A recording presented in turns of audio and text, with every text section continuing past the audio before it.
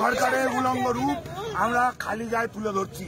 পশ্চিমবাংলার সরকার যে হারে নারীদের উপর নির্যাতন এবং ধর্ষণ চালাচ্ছে, তাদের নেতৃত্বে, মমতা বেগমের নেতৃত্বে এই সব কাণ্ড কারখানা হচ্ছে।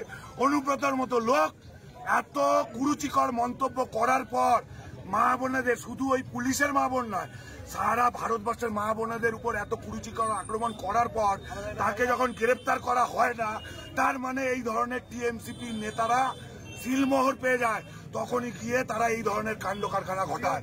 সুতরাং এই উলঙ্গ সরকারের বিরুদ্ধে উলঙ্গ ভাবে আমরা প্রতিবাদ জানাচ্ছি। এর আগে দেখা গেছে আরজিকর, আবার এই একটি ঘটনা বারবার করে তো বলছি, এই সরকারের উলঙ্গ চেহারা সামনে চলে এসছে, যার কারণে আমরা আজকে উলঙ্গ হয়ে প্রতিবাদ জানাচ্ছি। এই প্রতিবাদ ততক্ষণ হবে যতক্ষণ এই রাজ্যে নিরাপত্তা নারীদের সুনিশ্চিত হবে না।